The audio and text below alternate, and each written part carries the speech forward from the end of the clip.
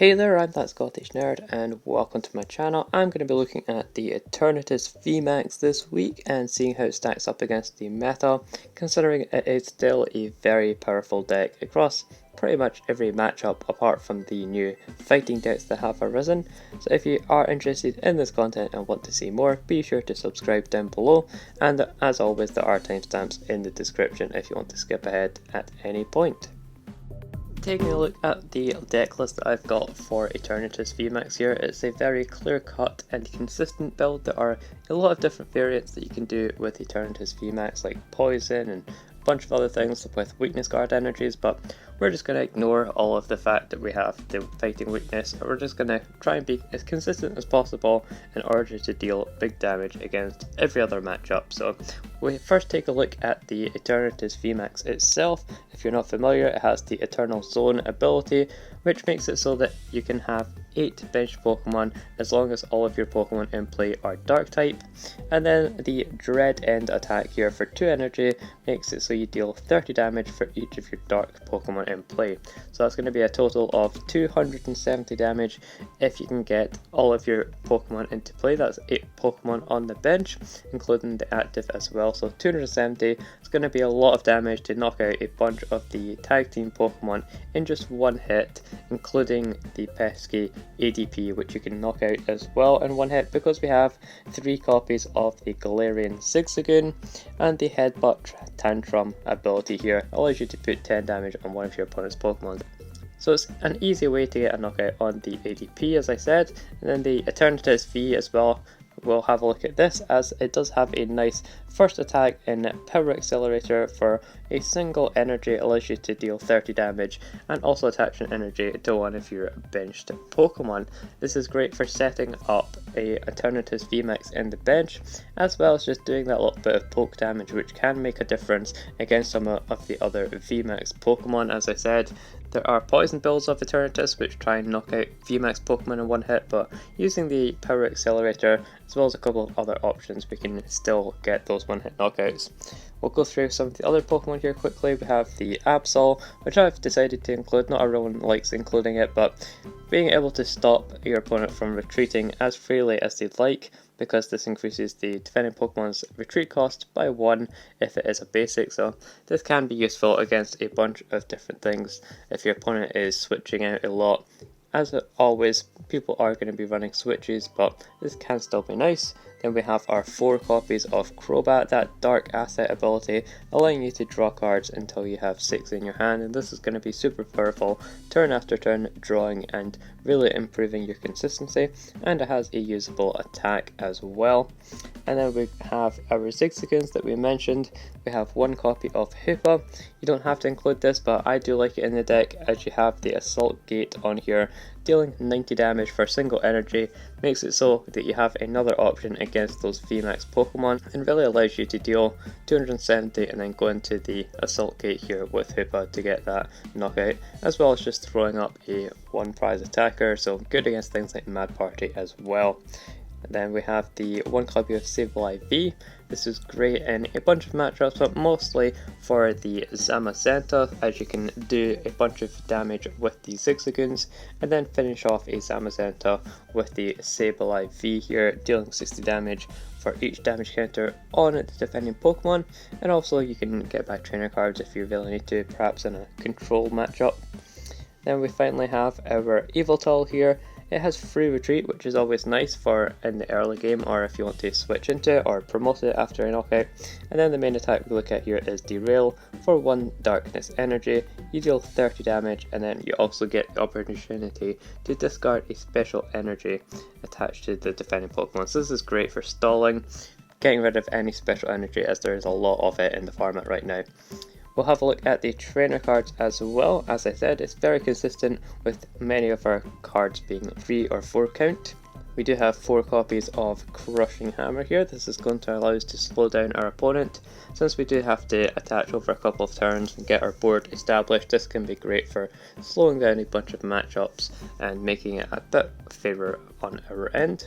We also have 3 copies of Great Ball to find our Pokemon. We've got 4 Pokemon Communication. Again, we've got to find our Pokemon nice and early on.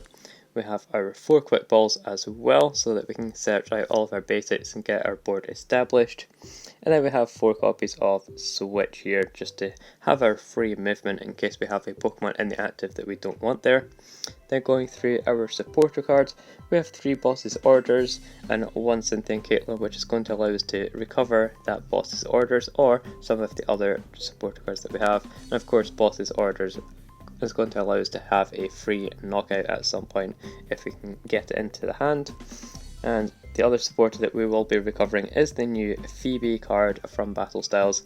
This is going to allow you to attack through cards like Zamazenta as well, and you will see this used quite often in the deck I've found. Being able to reuse it with the Cynthia and Caitlin is very good. Then we also have our 4 Marnie and 4 Professor's Research, along with 9 Darkness Energy. So, like I said, very much hammering home the point that we have to be as consistent as possible in order to get set up very quickly to try and withstand some of the meta decks, as you are a really big heavy hitting deck as well as having a lot of HP. So you're going to do very well against a lot of the decks in the meta right now. You are just going to struggle against the new fighting decks, which is the Urshifu of course, but we'll see how well it stands up in the meta still, and we'll get into a couple of matches. Be sure to leave a comment if you do enjoy this video, what your thoughts are on Eternatus, as well as a like if you enjoy the video at any point. Starting off this game, we're up against the Stellar Wish Jirachi, and our hand isn't looking too hot here. It's actually kind of brutal. Since we only have the Quick Ball, we'll just pass it over to my opponent and see what they do. Perhaps they play a Marnie and give us a little bit more of a workable hand here, but even if they don't, then we do have the Quick Ball at the very least, so we can hopefully get a couple of cards off of a Crobat, and that will help us out. But yeah, we really need a supporter here, like a Marnie or Professor's Research of our own to actually get some cards drawn. But we should hopefully get that, and if we do, then we can get a bunch of Pokemon into play and hopefully find the energy as well. That will certainly give us a big dread end on this coming turn. Looks like my opponent is playing a Urshifu deck, which is to be expected considering how popular it is right now, and the fact it is hitting for fighting weakness, which is going to be good against the Eternatus decks like myself, as well as Pikarom, as those decks are weak to fighting. And we see here my opponent is going to be switching, and they play the Marnie, so there we go. They're going to be resetting our hand, which is exactly what I asked for. We do need to find the energy as well as the VMAX, but we have a lot more of a workable hand here for sure. And my opponent is also being quite aggressive in terms of getting damage in, and it makes sense because the VMAX can only deal 150 damage, so the fact that they need this extra damage is going to be really crucial for them. We can get the extra Eternatus down here, as well as go for a couple of pings with our Zigzagoons. And this is going to be helping us to also get Pokemon into play, which is great. I think we could go for an attachment on the active, but building up a couple of good benched Eternatus is probably going to be more beneficial for us, because the active is going to get knocked out pretty easily, especially if my opponent can find the VMAX. So we'll start attaching onto the bench and see where that takes us. We go and get a Crushing Hammer, which does get ahead, which is very nice. Getting the energy off of that Urshifu is always going to be good, so it limits their options. And we do have the Great Ball that I will make use of now. We do get into the Crobat, which is very nice, and we'll be using that. And we also have the Absol, which we could put down just in case my opponent goes for something crazy with switches and going for a retreat. So we'll put the Absol down and then use the Dark Asset to draw some cards. And we do get that Dark Energy, which is exactly what I was looking for here, so that we can attach that to one of our benched Pokemon and just putting it onto our benched Eternatus V here, which gives us the double threat really. Going into our opponent's turn, they have the Urshifu VMAX, which is great for them, means that they can most likely get a knockout on our active. But if they do that, then we should be able to deal a bunch of damage with our Eternatus VMAX and take it from there. Although we are going to be missing out on a little bit since it does have a lot of HP. It has 330 HP. And that's going to be just out of range of what we need to do in order to get a knockout on it. And my opponent does have the Boss's Orders as well, which is really brutal, and this is going to be one of the hardest matchups that you can come up against with the Eternatus deck, and this is why, really, because it has so much draw power with the Stellar Wish Jirachi. The Jirachi has always been powerful ever since it came out and was released, so being able to use it in a deck once again, despite the fact that we don't have a skateboard anymore, makes it a super powerful combo. The fact that my opponent got the boss's orders there means that they can easily take a knockout on the Eternatus V that we had powered up, and even with the promotion here of the Eternatus V with the 1 energy, if we get the VMAX and an energy, they can still just do some switching and get an easy knockout on us. So we'll play it out anyway and see what we can do, but it's probably not going to end well for us. So we'll grab the Evoltol here so that we can use a Pokemon Communication just to put it back into the deck, and instead we will be taking out the Eternatus VMAX, which will give us the extra bench space here, as well as allow us to use the Dark Asset on Crobat to draw some additional cards. And we can see what we get into. We get a boss's orders and nothing of really interest here, so we'll just use another Quick Ball and see if we can get another basic, most likely going for the Evoltol here. Not really anything else that I want to take out, and we do just need the extra benched Pokemon. And we'll go for the Professor's Research, discarding our hand. We do get into the energies that we need. We even get a Crushing Hammer as well. Very nice, we do get heads on that, which is great to see. And we have our Hoopa that we can put into play, so going for a Dread End, not quite the full amount, only 240, but that is still going to be a reasonable amount that we can then utilise the Hoopa to deal a remaining damage that we need to deal. My opponent has the Pokemon Communication, putting the Dragapult VMAX back into their deck. Definitely don't want to be playing that down against us, since that is weak to Dark, and we could easily knock that out, but they have the Urshifus to cover that weakness. My opponent giving us the sad face or concerned face. Wonder what that's for, we'll have to see. Go for an Air Balloon onto a Denny GX, which is very interesting. Perhaps they're missing the energy or the switching cards, but they do have a Marnie, so they can put their hand onto the bottom of their deck, and we can both see some fresh cards here. As I said, my opponent is looking for some switching cards to make use of so that they can go for an attack with the Urshifu, as well as needing that energy, but they are playing down the Dedenne GX, so they're really having to dig through their deck here to get the cards that they need. And they are seeing a lot of cards as well, so you'd have to imagine that they're going to be seeing what they need here. They're going to be attaching onto the bench, which is very interesting. It's not going to be a knockout unless they get the VMAX here. We see a Quick Ball from my opponent getting rid of a Dragapult V, and that gets them a Crobat. So they're going to be drawing even more cards here, getting a Dark Asset for 3 cards, which is useful since they do have to get a couple of cards here, but yeah, we'll have to see if it is enough. They could just fall behind, and yeah, they've missed it. They don't have the necessary energy or the switching cards. We have a third Crushing Hammer that we can go for. Unfortunately, we get Tails on that one. We can attach to some of our Pokemon. We do have 260, so 70 HP remaining on the defending Pokemon.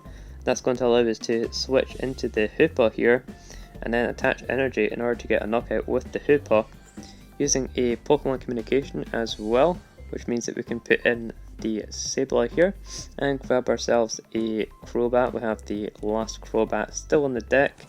We are going to be missing another Eternatus, but if we can get a knockout and make use of this Hoopa, then we should be okay here. And we don't really have anything else that we want to play out. I suppose we could play this Marnie, but we know that my opponent's hand is fairly dead. I think we will be playing it anyway though, just to reduce my opponent's hand size down, and instead of having 7 cards in their hand, they'll be forced to have 4 or 5 cards. Also, if we could find the last Crushing Hammer, that would have been great, but never mind, we'll go for this. We do get the knockout, as I said, with the Hoopa, and my opponent is going to be forced to take a knockout on this Hoopa unless they can find the boss's orders once again. And we're able to take 3 prize cards here. And of course, we did prize our last Crushing Hammer, so that explains why we couldn't find it. as I didn't really check that. You always want to be checking your prizes if you're playing in a tournament or a player's cup or anything, but since this is just a fun game, I typically don't check my prizes unless it's something major, like we're missing all of our Pokemon. Like if we prize all of our Eternatus VMAX, then that's definitely not going to be ideal whatsoever. But anyway, getting back to the game here, we see my opponent using the Pokemon Communication, getting them a Stellar Wish Jirachi once again. So they're going to be looking to use things like switches and scoop up nets, perhaps even the escape rope, in order to switch between these Jirachis. There we go, we see the scoop up net going into the Urshifu VMAX, which is going to be allowing them to get a knockout, assuming that they have the sufficient energy. They do already have the psychic energy on here, so that's going to count for the cost of an energy, but they also need the rapid strike energy if they actually want to use either of their attacks here, the first of which would get a knockout, but if they want to use the second attack, VMAX Rapid Flow, that could deal 120 to 2 of our benched Pokemon. Certainly picking up 2 prize cards for them would be nice. We see another benched Urshifu, which my opponent is attaching to, and yeah, it's very interesting considering that they could have got a knockout here, but I guess they're just looking to build up, and they didn't have the necessary energy as it's another psychic horror energy. We do have the boss's orders that we could make use of to try and take a knockout on a Urshifu here. We could knock out the regular V, or we could deal some damage to the VMAX. Either way, it's going to be a tricky one to navigate here, I reckon. We don't have a way of retreating, which is a bit unfortunate. We really need a switch card, so we can't really make use of boss's orders here. The other option is attaching an energy and retreating. So given the situation and that we need to take 3 prize cards, I think we're going to go for a boss's orders, bring up the Urshifu VMAX, and then we're going to be attaching onto the active Hoopa and retreating into our Eternatus here. We do lose a bunch of energy and resources by doing this, but if we can get a Dread End and then go into a Hoopa attack once again, then we should be able to close out this match. We'll have to see, because this is going to be an extremely close game. We'll have to see what my opponent gets though. They are attaching onto the bench, so they're looking to find the VMAX and go into the benched VMAX. Now we have played out a couple of boss's orders here. We have 2 of them in the discard already, so it's unlikely that we're going to top deck our last boss's orders, which is a bit unfortunate. And we could make use of Cynthia and Caitlin to get one of them back, but that is going to take us a couple of turns if we want to do that. And of course we see here my opponent does have the knockout. As I said, they're able to switch into the Urshifu. And we also have to discard a couple of Pokemon since we did lose our Eternatus, so the ability is not active and we're going to have to get rid of some of these, which is fine as we can just get rid of our Zigzagoons and a Crobat. No big deal there. And like I said, unless we top deck a boss's orders, then it's probably going to be game and my opponent is going to be winning this one. We could always use our Derail here and perhaps get rid of my opponent's energy that way. Of course, making use of the Cynthia and Caitlin is going to be good. Like I said, we want to get back boss's orders either way, so we will go for that, discarding our Sableye, and we will get back the boss's orders. Let's see what 3 cards we get into. Nothing too useful. We'll also check how much energy we've got rid of, as it is quite a bit. We have 6 in discard. This is our 7th, so we do have 2 available unless they're prized. And I think our best course of action here is going for the Derail and getting rid of my opponent's Rapid Strike energy here. Try and prevent them from doing anything, but considering their hand size, I reckon they will be able to either draw out of this, or they will just already have the Rapid Strike energy in their hand. We'll have to see. So there is the Derail. We'll have to see what my opponent has. And yep, there it is. They have the Rapid Strike energy in their hand already, so that is going to be game for my opponent, but that was extremely close and we were able to take a knockout on a VMAX for sure. So very close game, but that is always going to be how it is since they are hitting you for weakness. Starting off this match, we are up against another Stellar Wish Jirachi, but we do have the Quick Ball available to us, so we'll go with the Quick Ball starting it off and discarding our Phoebe, and then we can grab our Eternatus V. Makes the most sense here since we can get an attachment onto it nice and early, and then also go into the VMAX on the following turn here, as well as making use of our Professor's Research, of course. We'll have to see what my opponent is playing. The Stellar Wish directory tells me it's going to be Urshifu, but no, it looks like it's a Blacephalon deck for the most part, or perhaps a just Firebox deck in general, since they do have the Heatran GX as well as the Volcanion there. So they're going to be looking to go for the Scoop Up Net into the Volcanion and using that attack here, Flare Starter, to get 3 energy into play since it is their second turn and they're going first. But there is the Blacephalon, so they are indeed playing Blacephalon.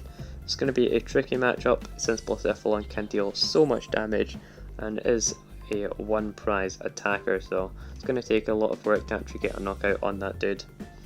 There's a Giant Hearth grabbing them 2 energy, as well as the Flare Starter getting an additional 3 energy into play and onto that Blacephalon. Definitely makes sense to me. And we can go for a switch, get a knockout with our Eternatus VMAX here, assuming of course that we get enough Pokemon, and we'll have to see what happens from here. Looking to get a bunch of Pokemon, and there's a couple. That's a good start. We have the Eternatus as well as Zigzagoon that we can make use of. Put a Zigzagoon ping onto probably the Heatran, I guess. Doesn't really make a difference either way. So we'll just put it onto Blacephalon, why not? Just in case we don't have enough Pokemon, who knows. And we have the Crobat, so we can draw a couple of more cards here with Dark Asset. Those are some reasonable cards. We have a supporter for next turn at least. And we'll go for the Dread End, getting a knockout, dealing 150 damage. Definitely don't need a huge amount of Pokemon in this matchup since everything has a fairly low amount of HP, at least compared to all of the VMAX and Tag Team Pokemon around. My opponent promoting the Dedenne, so that tells me that they have a switch. Perhaps they have a Welder. They could go in here with the Heatran and perhaps try and GXs. Or you never know, their hands might just be completely dead and they're actually trying to stall here. We see them discard a Giant Hearth to grab another 2 energy out of the deck, and there is the switch going to Blacephalon. See, did they have the knockout? No, they're only dealing 200 damage and they don't have another Blacephalon set up, so that's going to be tricky considering that they only have 2 cards remaining in their hand. And we have the Quick Ball here, so we can get a couple of more Pokemon into play. Then we'll hold on to the boss's orders in case we want to use that to close out the game. We did have to lose our Cynthia and Caitlin after all, so trying to hold on to a boss's orders will be ideal for sure. We can get another Eternatus just in case we can get another one set up, but we're going to be attaching onto the one that we had in play already. Definitely don't want to be using Marnie since that gives my opponent cards here. And we can just knock out the Blacephalon, dealing 180 damage and getting our next prize card. So my opponent is going to be forced into either the Dedenne or the Heatran, and going into the Heatran makes it so that they can't move any energy from their other Pokemon. But yeah, okay, well, we see the concede, so the hand must have just been completely dead there, which is excellent to see. They only had a 3-card hand after all. Let's get into the next one. Getting into our last match, we're up against a Grookey, so that tells me that we're most likely playing against the Mewtwo build. We'll have to see though. We do have a couple of Quick Balls that we can make use of, discarding our Phoebe, and that can get us our Eternatus to attach this energy onto. We did have to start with a Zigzagoon since we do have the Crobat in our hand. Felt like that would be more beneficial in order to actually get some draws with the Dark Asset. Also going to be discarding the Crushing Hammer here, considering my opponent is playing the Rillaboom, so they're going to be having a lot of ways to actually get energy into play. So Crushing Hammer is not going to be super relevant. We might as well play down our Zigzagoon here though, since we actually want to draw cards from the Dark Asset, make full use out of it. And we do get into a Great Ball as well, which we could just make use of here in order to increase the viability of our top decks, and we do get into a second Eternatus, which I'll certainly take and put into play. It means that we have 2 available to us, and we are just looking for the VMAX as well as a switch on this coming turn. It's going to be on my opponent to get set up. The builds of the Rillaboom deck typically play Mewtwo, as well as the Rowlet and Alolan Exeggutor GX. That combination allows them to evolve into a Rillaboom on their first turn, assuming of course they're going second, with that super growth attack, even attacking for free as well being an option. We see a Chaotic Swell, Air Balloon, Capture Energy coming off of the Guzman Hollow here. Like I said, they're going to be looking for one of their GX Pokemon in order to get going. They did get the Capture Energy though off of the Guzma, which does get them the Pokemon that they need, and there is the Alolan Exeggutor and Rowlet using the Super Growth for free, so they really don't need any energy whatsoever, and that allows them to go straight into the Rillaboom, which they can start attaching energy onto their Pokemon from there. So we do have a couple of options. It's a bit unfortunate that we have all of our Pokemon communication near enough in our hand, but we can at least attach a second energy onto Eternatus. As I said, we're looking for our VMAX as well as a switching card, and we were lucky enough to get that with our last Pokemon communication being in the hand. So we're definitely going to be using that to get a VMAX. Bit a shame that we don't have any more Pokemon that we can put into play, but we can at least 2-hit the GX tag team here and use our Dread End attack in order to deal 180, which is still very respectable and a huge amount of damage on the second turn. It's going to be on my opponent to take it from here. They could get the energy that they need in order to attack us, since they can attach from hand manually, as well as use the Rillaboom in order to get 2 grass energy into play. And there is the Mewtwo and Mew GX tag teams that I spoke about. They're going to be wanting to use those with the other Pokemon that they might discard to get some big attacks off, rather than using the Rowlet and Alolan Exeggutor here. It does have some reasonable attacks on it. It can deal 150 and then do some healing as well, or you can use the second attack for 200 and then remove energy if you have the extra energy that you need for the GX attack there. But considering they can't do that all on this turn, we might just be looking at a 200 attack here. But no, they are going for the main attack 150, as well as healing the 30 damage as well, which is perfectly fine for me, as my opponent still has a reasonable amount of HP, but certainly not enough to survive an attack from a Eternatus. We do get the Sableye in our hand, but I think we just want to go all in with our Eternatus VMAX this game, and certainly put down some other Pokemon like our Hoopas and our Absols could be useful in this matchup. So I'm going to stay away from the Crobat. We'll go with the Marnie, see what we draw into. Like I said, looking for the Absols, Hoopas, that kind of thing. We do get a Crushing Hammer that we could potentially make use of, but we don't have any good targets to actually make use of that with. We do have the Zigzagoon as well that we can put down, which I kind of like, but it's also not going to be making a huge amount of difference overall. So we could just use a Quick Ball to get rid of some of these. We'll go for the Quick Ball, discarding a Crushing Hammer, and search the deck to what we have. We have the Crobat that we can make use of. There's the Hoopa as well, or the Absol. Overall, it's not going to make a difference with the Absol, since the Rillaboom has a 3 retreat cost, and they already have the Air Balloon and everything on there, so it's not going to be making a huge difference, I don't think, but we'll go for it anyway, since Hoopa is not going to be coming in super useful. And we'll also put down the Zigzagoon, because why not, we might as well. We'll go for it, put it onto the Dedenne, and then we can go for a Dread End. Like I said, getting a knockout here and taking 3 prize cards from our opponent's tag team Pokemon. This is going to set us up nicely to go into another VMAX, assuming of course that my opponent gets a knockout here, which they should do, but we'll see what happens.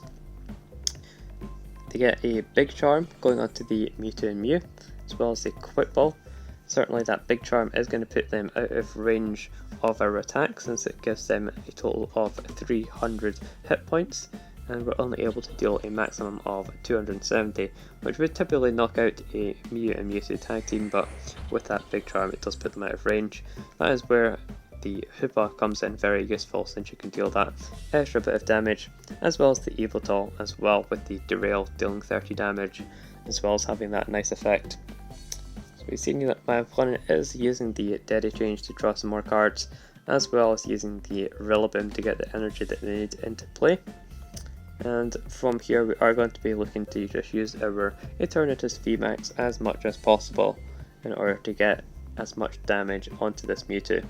You see an attack from the Mewtwo dealing 150, since they don't have a lot of attacks to choose from here. They have the Dubwool, but obviously they can't use the Mewtwo to copy the attack though, because it's not a GX or EX Pokemon.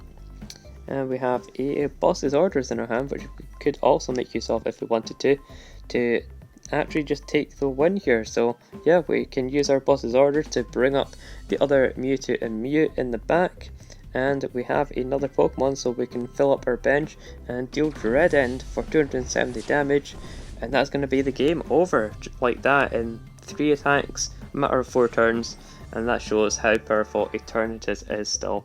Really a contender for this matchup and the meta overall, despite the fact that you have some bad matchups like the Urshifu, as we already seen. Hopefully you enjoyed this video. Be sure to let me know if you did, and give a comment, and I'll see you in the next one.